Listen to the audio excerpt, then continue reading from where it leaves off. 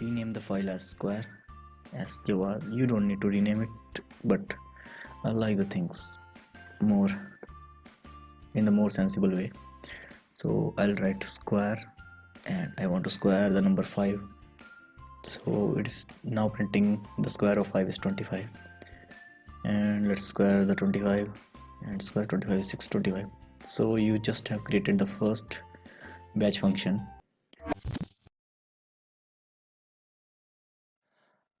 Hey, hello YouTube, I'm come from Bharat, and in this video we're going to take the series of Learn Batch Programming Basics of Batch series to a next level. So in this video, in the previous video, we have talked about for loop, go to loop, and creating a while loop using the go to loop. So in this video we are going to cover these topics: the special operators in batch, special parameters in batch, and the special switch command. And if we'll have time, we'll talk about file handling in batch too. So quickly we'll go over all the special operators. So special operators in batch are special characters which are assigned to do some special tasks. For example, let me open CMD and clear the screen, and the screen is cleared now. So as you will see that let me switch to my F drive and let's see in which drive we are in. We are in the F drive. So in my F drive you will see there are two files. This is the file from the last tutorial. So there are two text files and all rest are folders. So for the first parameters, that is redirecting parameters, for the first operator, these are known as redirection operators, and this one is used to transfer the output of one command to another handle, or you can transfer the output to a file. For example, if you will see that the command system info has a lot of text inside it, so let's let it load all the information, and you will see that it is printing a lot of information. So in order to take all this information inside a text file, simply redirect the output to a file named like system.txt, and you will see that when the command will execute completely and here you will see a system.txt file is automatically created, and it is of 3 kbs. So when you will open it, the complete output of the command is inside the file as we have wanted. But let's say we want to add more data into it. So ipconfig is another command, ipcon. So it is telling me some other details that system info command is not giving me. So I want to save all this data. So what I will do is I will write ipconfig/all and redirect it into system.txt. So let me double code it and system.txt. So when I'll press enter, so what I'm expecting is I want to add the data in the file, but what happened is it has overwritten my previous data and it has added new data into it. So to overcome that problem, just simply delete the file and execute the last command again. So if it will not find the system.txt in the current directory, it will create one. So here system.txt is created. It is of 0 bytes right now, but when the command will get executed completely, the data will be dumped into that file. So now it is of 3 kbs.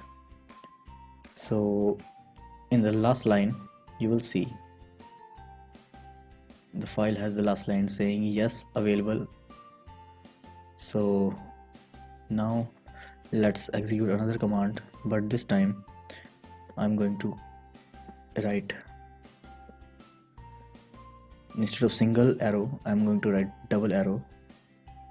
So what this will do is this will tell CMD to not overwrite the previous data, just add the new data inside the file. So when you will press enter, the data is added. So let's open the file and you can see it is of 6 KBs now. Okay, my battery is going down, so I'll plug the charger later after this tutorial. So you will see the last line was available, yes, and now the last line is disabled, that is the output of another command. So it has appended the information into the file, and you did not lose your data from the last execution of the command. And rest, this operator is also used to read from the file. For example, there is a file named kvc2, I think. So we are going to set a value, let's say /p. So /p is used to take the information from the user, but here I'm going to use it from taking the input from a file. So it will read the first line only, not the whole file. So I'll save the data, let's say data, and redirect the input into input of the file kvc2.txt. Let's press enter, and now let's see what is the inside the data variable. So you will see it is wmic CPU get load percentage, that string. So when you will open kvc2.txt, you will see the first line. So it is reading the first line only, and that is how you can take commands from a text file without using the for loop. So you can also read the whole file using the for loop also. We have seen that scenario in previous tutorials. So, and these are the AND operators. What this do is this will allow you to execute multiple commands in just a single line of code. So let me write a command, for example cls and let's say title TheBATeam and echo completed dot, and press enter. So all these 3 commands will get executed in just a single line of code, and you will just have to press enter once. So that's the main significance of using AND. So what is the difference between single AND and double AND? The single AND will execute the commands regardless of the previous command. So in this method you will see that the first CLS will execute, then the title command, then the echo command will get executed. But let me pause. So I'm back, just had to take a sip of water. And now we were talking about the ANDs. If you will use a single AND, and in the commands you will see that first, second and third, all the commands will get executed one by one. But if you will use the double AND, like AND and AND combined, it will not have any difference. The main difference between using a single AND and a double AND is if the previous command will get executed, the next command only get executed if the previous command will get executed. So let me clear that sentence that I have messed up just. So for example, let's say cls is an invalid command. So if this is an invalid command, it will not get executed, it will give an error. So if you will use double ANDs after that, because the first command is failed, the next commands will not get executed. But if you will use a single AND, and the CMD sees the scenario as it does not matter if the first command is failed, it will keep on executing the next commands until it will find a double end, and the first commands, as the first command will give error, the next command will not get executed, only in the case of double end. If you will use a single end, it doesn't matter which command is failed and which command is getting executed. So this is the only difference. And a single pipe is used to transfer the output of one command to the other. For example, I want to find a value called wmic in the text file kvc2.txt. So I'm going to type the file kvc2.txt on the console, and you will see there are two instances where you can find the word wmic and wmic. So I just want to print only those two files, those two lines in the file which has this word inside it. So I just want to ignore all the others. So what I will do is just write type and kvc2.txt and write a pipe and then find wmic, and you will see that I have transferred the output of type command to the find command, and the find command uses the output as input, output of type command as input for the find command, and it will find for all the words containing wmic, all the lines containing wmic word, and as it will find the two instances of wmic, and so it will print only those two. So this is the benefit of using pipe. And the single pipe has a different functionality in batch because it will only execute the command. It is like an OR. If the first command will get failed, the second command will get executed. So let me write anything and double quotes echo failed. So you will see that anything is not any command, but echo is a command. So when you press enter, it will directly print failed. And to remove these messages like anything is not recognized as an internal or external command, it can mess up your batch program. So you want to remove these lines from your batch code. So what you can do is you can redirect the output and use the number 2 and redirect it to null. So null stands for nothing, and it will redirect all the errors. Those are the 2 stands for standard error handle. So all the errors will get nullified from this command.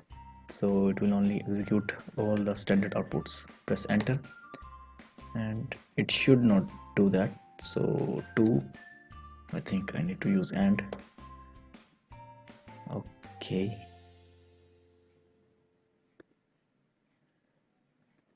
And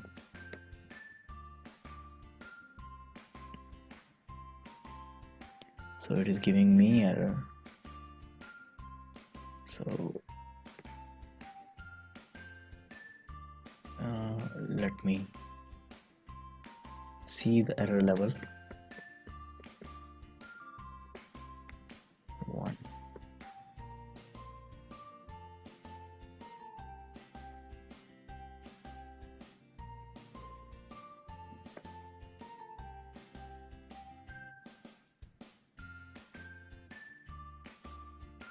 So I'll be back. Hey, I'm back. So we were talking about the difference between single pipe and double pipes. The double pipe is a little different functionality. The double pipe operator has a different functionality in batch. It stands for OR, like an OR command. So if the command output of the first command is not successful, then it will transfer the control to the second command. Like if you will write dir/b, so you will see all the folders and the files inside the F drive. I want to see all the folder and files having the name X. So there is no folder or file starting with the character X, so it is giving me error, file not found. But to tackle with that problem, I'll write double pipe and write echo sorry.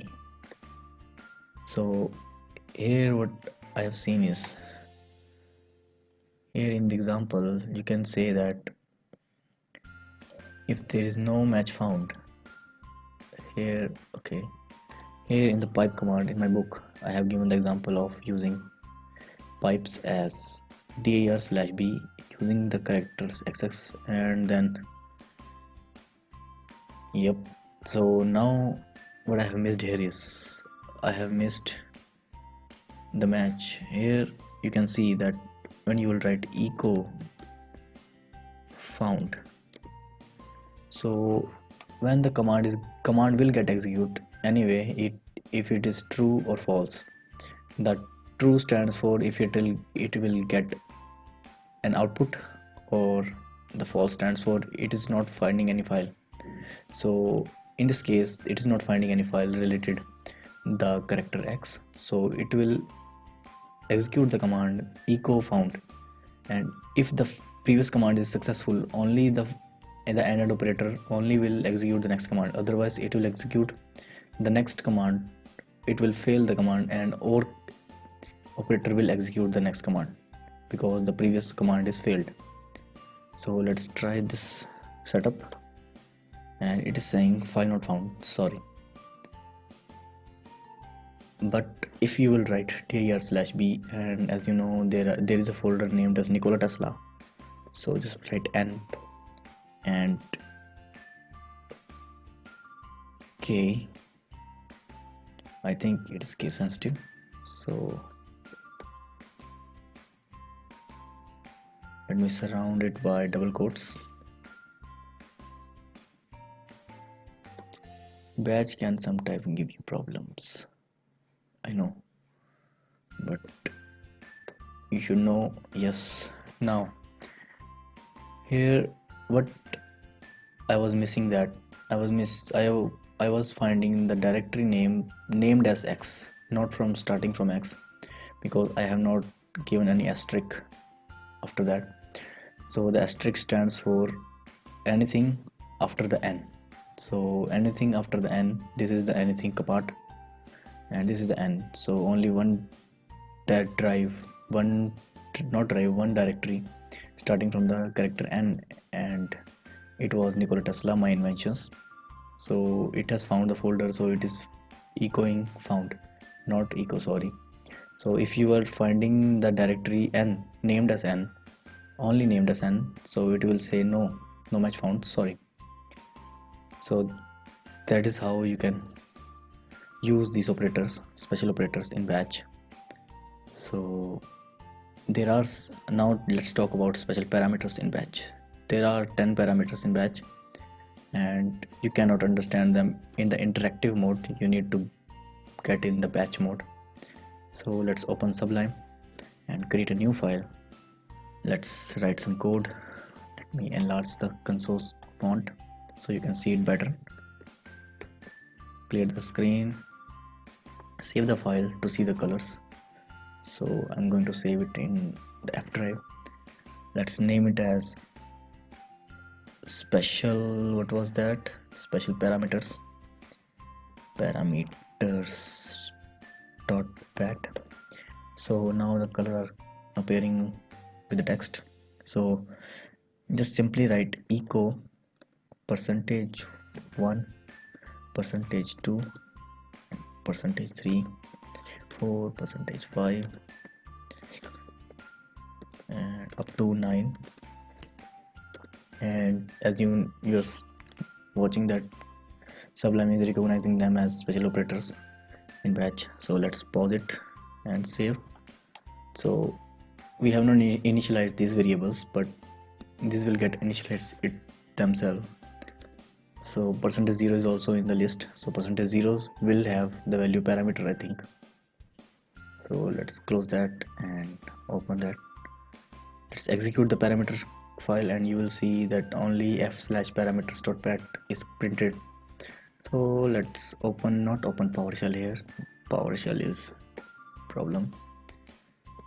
So let's call the parameter as a function. So let's write here 1 2 3 4 5 6 7 8 9. Let's press enter and you will see that parameters 1 2 3 4 5 6 7 8 9 is printed as the same we have called the command. So this is how you can make your own functions. So these are the parameters you will provide to your function, and your function will perform the task. So let me change it. Let's create a square root function, or let's create a square function, and let's save the value of the first parameter as value is equal to %1. So I'm using tilde here to remove any surrounding quotes. It is valid for all that we have learned in the for loop video. It is valid for all these parameters. So let's set the variable result as %value into %value because we want to square it. So echo the result as square of, you can use either %value or %1. So I'm using %value is equal to %result. Pause it. You don't need to pause it because you have just created a function. No need to clear the screen every time. So let me close here and rename the file as square sqr. You don't need to rename it, but I like the things more in the more sensible way. So I'll write square and I want to square the number 5. So it is now printing the square of 5 is 25, and let's square the 25, and square 25 is 625. So you just have created the first batch function using the knowledge of these special parameters in batch. And so that is all for this tutorial. This tutorial is going big and longer, so I'll keep the other things for the next tutorial. We'll talk about these in the next video of this series. So I hope you like it. Please subscribe, please share this video, and you have any suggestion, leave it in the comments and give it a thumbs up. Please read the description for any other information. So thanks for watching. See you in the next video. Bye bye.